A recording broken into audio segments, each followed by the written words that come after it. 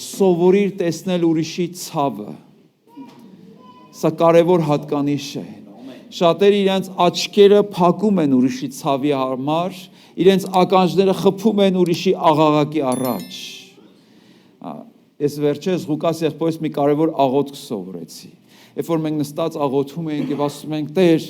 հացի շուրջ աղոթում ենք եւ սովորաբար այդպես ենք աղոթում, ասում ենք Տեր եւ կշտացրու բոլոր սովածներին։ Հետո Ղուկաս եղբայրը իր բնավորությամբ մի քիչ էս խստորեն ասես, չէ, սխալ աղոթք ենք անում։ Ասի, բա ո՞րն է այս աղոթքը, ես միշտ սենց եմ սովորել, ասես չէ,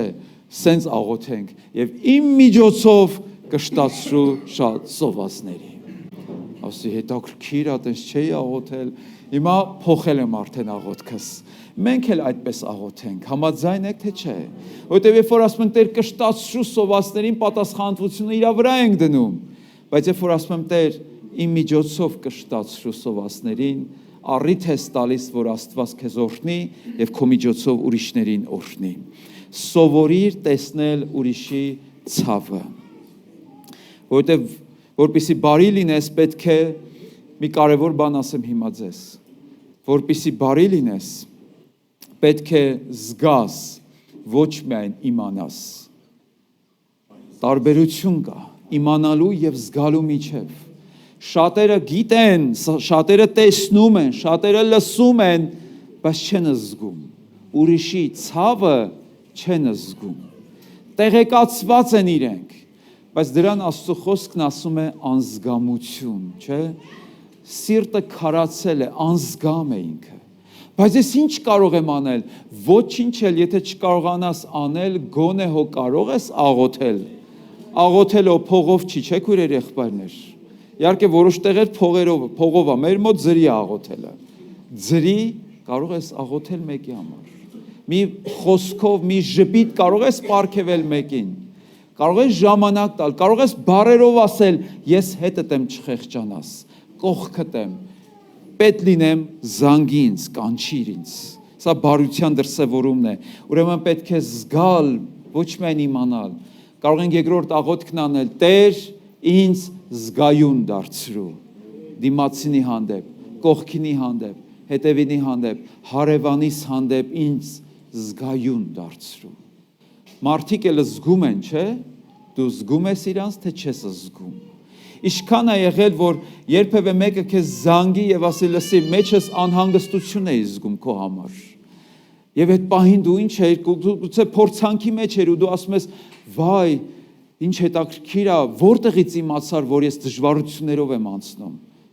Չգիտեմ, բայց Սուրբ Հոգին ինձ զգացնել տվեց։ Եղել է ձեզ այդ նման բան, որ մարդիկ ասեն, եւ որքան ենք մենք քաջալերվում, որ դիմացինը մեզ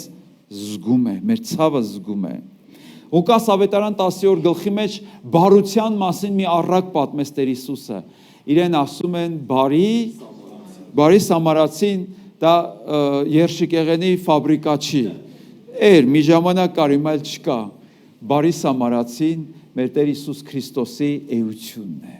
Հիշում եք այդ առակը, երբ որ մեկը Երուսաղեմից գնում էր Երիքով, ճանապարհին կեղեքվեց, ավազակները թալանեցին, վերք պատճառեցին իրան, մերկացրին, գցեցին մի կողմ ճանապարհին, եզրին եւ անցավ այդտեղով քահանան։ Քահանան, որ պետք է բարության քարոզիչը լիներ, չէ՞։ Գթասրտության օրինակ լիներ իր ազգի մեջ։ Ինչ են անում այսօր մեր քահանաները, հոգևորականները։ Քահանան անցավ, գրված է տեսավ, բայց նրա կողքով անցավ։ Դրան ասում են անտարբերություն։ Տեսավ, տեղեկացավ, բայց իա ցավին մասնակից չեղավ։ Հետո ասում է Ղևտացին անցավ։ Հետարքիրա, այս մարդը Երուսաղեմից Երիքով էր գնում, քահանան Երիքովից Երուսաղեմ էր գնում։ Ուր էր գնում քահանան։ Ինչ էր անում Երուսաղեմ, ինչ պետք է աներ Երուսաղեմում։ Ինչ կար Երուսաղեմ, տաճար կար Երուսաղեմում, չէ։ Պաշտամունք պիտի մատուցեր, ծառայության էր գնում ինքը։ Ինչ է կարծում, կարող ենք մտածել այդ քահանան ինչ էր մտածում այդ պահին։ Նայեց իրան, ասեց, ես քո ժամանակը չունեմ, ես պիտի գնամ Աստծուն, պաշտոն մատուցեմ։ Ես պիտի ծառայեմ, զոհեր բերեմ Տիրոջը, Հերիք չի դու սամարացի ես, մի հատ էլ ես զբաղված եմ, ես քո ժամանակը չունեմ։ Եվ հիշում եք Հիսուսն էլ ասաց, որ շատերը զոհասեղանին զոհ են դնում, բայց իրենց ծնողներին ինչ են անում, անարգում են եւ ասում են կորբան է, չէ՞, կորբանը հենց ղուրբան բառն է։ Այսինքն զոհ եմ մատուցում, ինձ մի խանգարեք։ Եվ դրանով մարդը ուրիշներին անտեսում, ասում է թող զոհդ, արժեք չունի, եթե դու ուրիշներին անարգում ես։ Ուրեմն քահանան անցավ, անարգեց, անտեսեց։ Հետո Ղևտացին անցավ, որ Ղևտացին էլի քահանայական ցեղ էր, չէ՞, Ղևի ցեղից էր։ Քահանաների օգնական էր, տաճարի սպասավորներն էին, փայտ էին կոտրում, կրակ էին վառում, զոհերն էին օգնում, որ քահանան մատուցեր, ճիշտ այսօրվա սարկավագների նման։ Ղևտացին էլ անցավ, էլի տեսավ եւ էլի անտեսեց։ Տեսավ, բայց չտեսնելու տվեց, որովհետև ինքն էլ էր մտածում, ես հոգևորական եմ, ես լուրջ զբաղված մարդ եմ։ Քուրեր եղբայրներ, մեր զբաղմունքը մարդկանց օգնելն է ավետարանով։ Մեր զբաղվածությունը մարդկանց փրկելն է։ Ամեն։ Դա համար անգամ մեր կրոնական արարողությունները Աստծո համար կարևոր չեն, այլ կարևորը որ մարդկանց ցույց տանք ավետարանը, սերը ցույց տանք մարդկանց, եւ ոչ թե ծեսը։ Եվ մի սամարացի կար, անցնում էր նրա կողքով եւ տեսավ այդ մարդուն, այսինքն սամարացին ինքն էր այդ մարդը Երիքովի բնակիչ էր։ Տեսավ սիրտը շարժվեց եւ դրեց իր էշի վրա, տարավ օթևան, չէ, իր վերքերի վրա ինչ արեց, ձետ եւ գինի լցրեց, վիրակապեց, գումար վճարեց եւ ասաց մյուս անգամ գալուց էլ ինչ որ պետքա կվճարեմ իր փոխարեն։ Դա մեր Տեր Հիսուս Քրիստոսն էր։ Կարծեմ Եզեկիելի մարգարեության մեջ է գրված, ասում է, երբ անցա քո կողքով, դու աղբի մեջ էր, քո աղբից մաքրված չէր, քո արյան մեջ էր, շաղախված քո աղբի մեջ,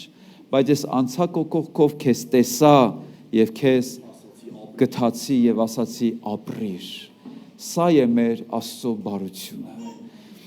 Ես կարծում եմ քահանան կարող էր մտածել նաև, տեսնես, այս ինչ մեղքա գործ է, որ ես վիճակում անգել։ Դո քեզով էր ասում Երուսաղեմից Երիքով գնայր, որ հոշոտվեիր ավազակներից։ Այ տենցա տեղնա քեզ, եկեղեցուդ ոտը դուրս դրեցիր կհոշոտվես, ես էլ քեզ չեմ օգնի։ Գիտեք, քահանան կրոնական առումով սուրբ էր, բայց բարի չէր։ Սուրբ էր, բայց բարի չէր։ Եթե մեկը սուրբ է, բայց բարի չէ, այդ սրբությունը կրոնավորություն է։ Նա նախանձավոր կարող է լինի կրոնավորության համար, մաքուր, բարոյական լինի, բայց բարի չլինի։ Եվ ինչքան մարդիկ կան մեր շուրջը, սուրբ են, բայց անողոք, մատ թափտվող ուրիշների վրա։ Դրան ասում են կրոնավորություն։ Իր սրբությունը իրեն չի փրկելու։ Մեր սրբության հետ պետք է նաև բարություն լինի, եւ բարության հետ սրբություն լինի, եւ սա Աստծո լիարժեք պատկերն է մեր կյանքի մեջ։